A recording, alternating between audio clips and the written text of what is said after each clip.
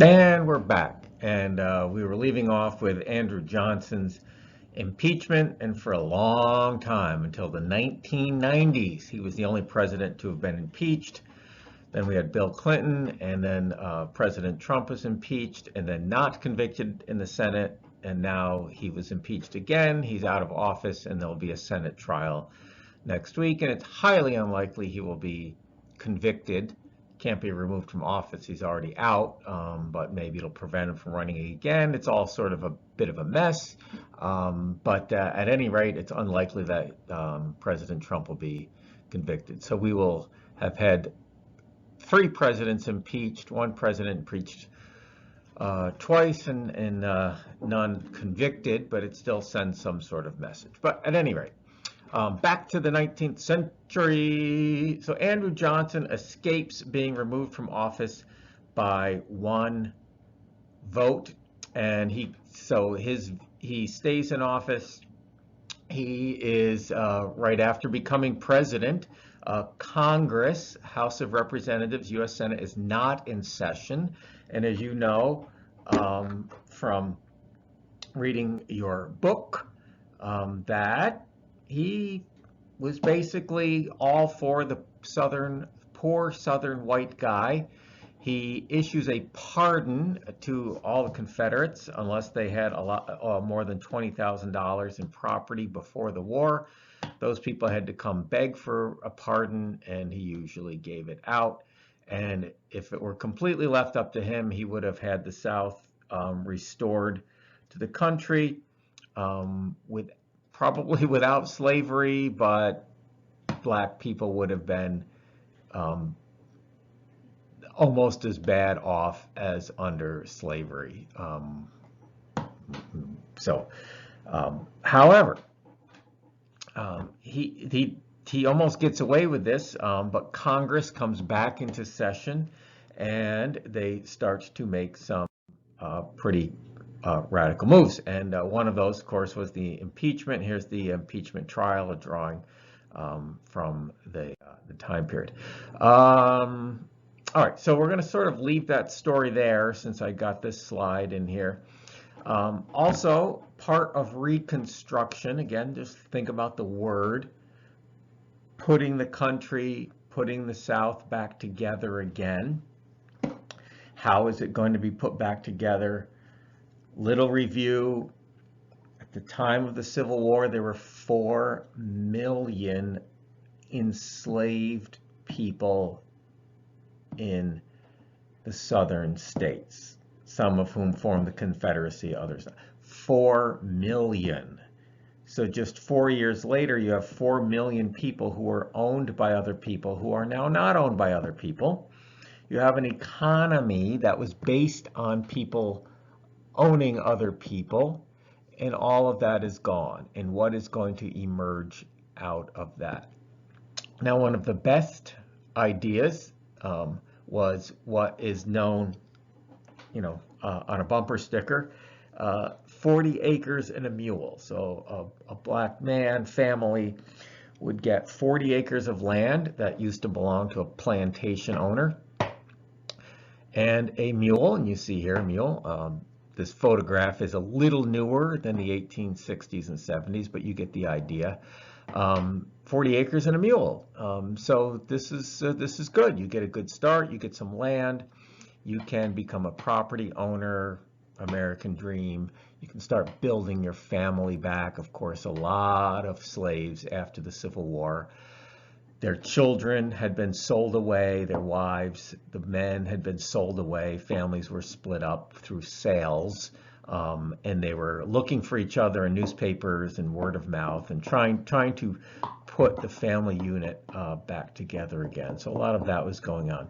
But you have the Freedmen's Bureau, 40 acres and a mule. 40 acres and a mule is a good idea. It does not last very long. Of course, Andrew Johnson does not support it whatsoever.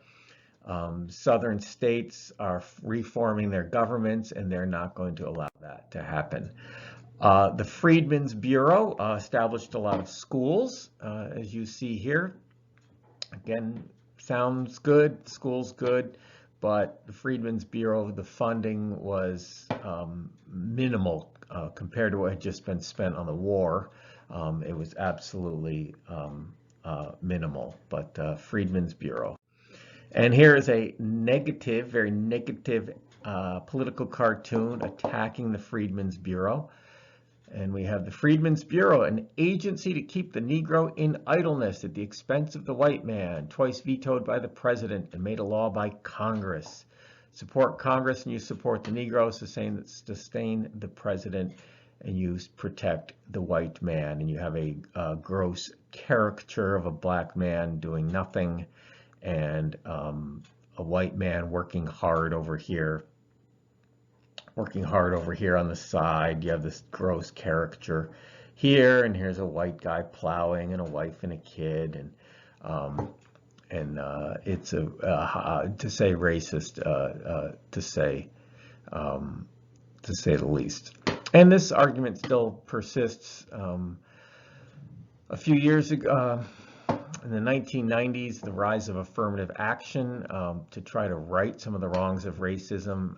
Minorities were given a little extra leg up in getting certain jobs with the government. It's called affirmative action. So you might have an all-white state police force, or almost all white, and we think it should be diversified. So make an effort to get African Americans, women, Latinx people in. You give them extra points in the system, and a lot of people were mad about that. And you have a lot of the same content that you see in this political cartoon going on with the anti-affirmative action stuff. But that's another argument for another day.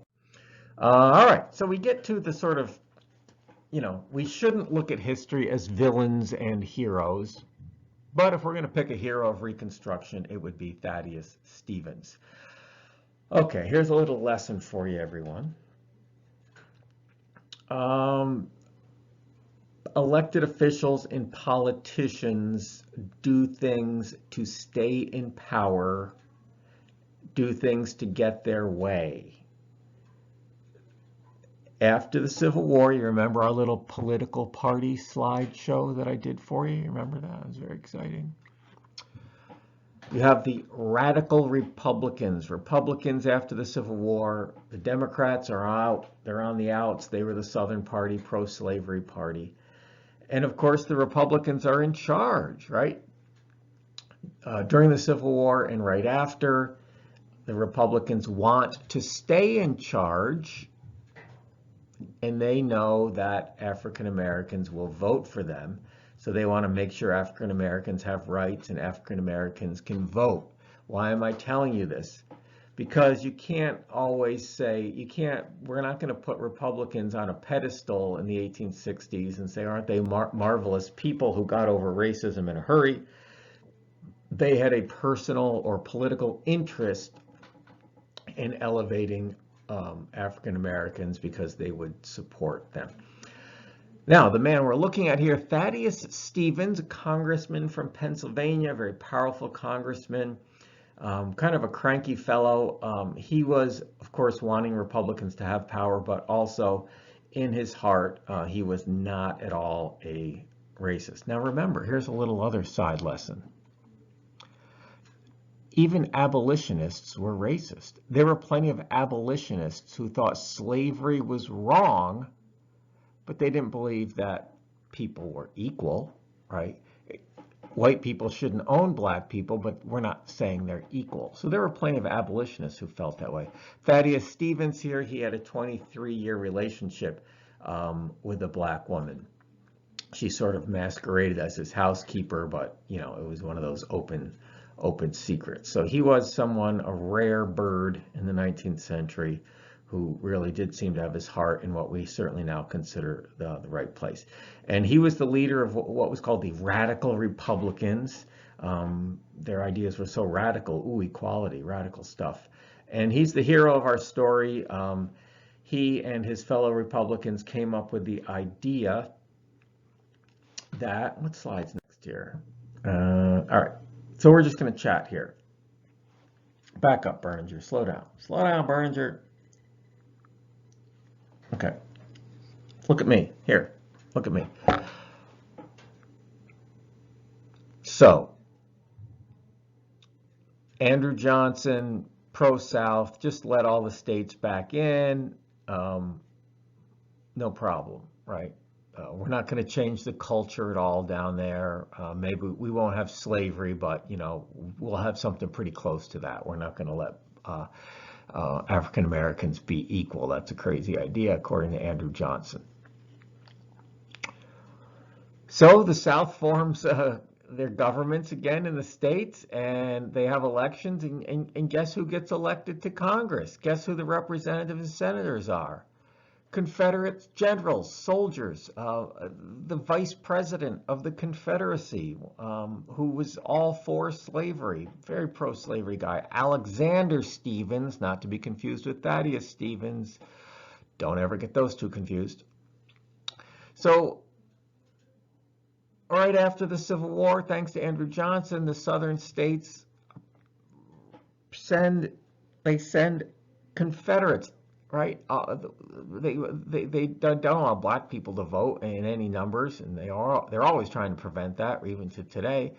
They send Confederate generals, officials in the rebel government, the enemy, shows up at Washington. It's like, all right, we lost the war, but we're back, right? Remember what I told you when we looked at Appomattox? The Southern attitude was, okay, we lost the war, we're not going to get our own place, but all right, we'll come back to Washington, D.C., and everything will be just like it was.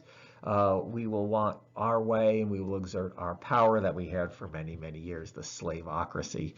And this is just, what are you going to do about this, right? Here's these people showing up to Congress. They've been elected. Well, the Republicans, the radical Republicans, had a plan. And the plan was, and this is constitutional, we're not going to seat them, right? So Congress can choose to not seat certain representatives. It's kind of a big deal. And they don't seat these people. They call the roll. It's a very dramatic day. I can't remember the exact date, but 1867, I think. The clerk of the Congress is going to call the members, kind of like calling attendance in class, and skips over all of the Southern representatives. They are not seated, and this is a big deal. If those people had been reseated,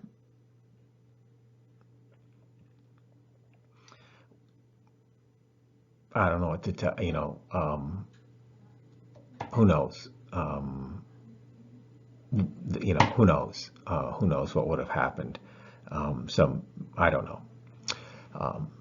At some point, you can drive yourself crazy wondering what would have happened. What if Lincoln hadn't been shot? You can kind of go crazy with that. So anyway, so they're not seated. And of course, they're very angry about this, but there's really nothing that they can do.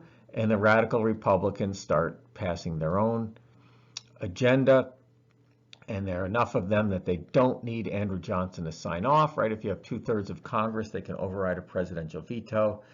And instead of having states just come back in, they set up these military districts, so sort of gigantic states.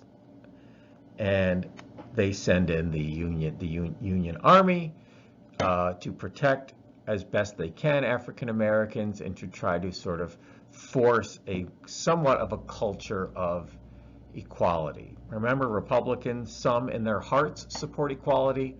Others want to be sure that African Americans can vote, because who do African Americans vote for at the time? Republicans, right? Republicans. And maybe most importantly, each other, right? And you have African American senators, you have African American representatives in Congress, in seats that were once filled by slave owners. So it's really a grand and glorious time. And the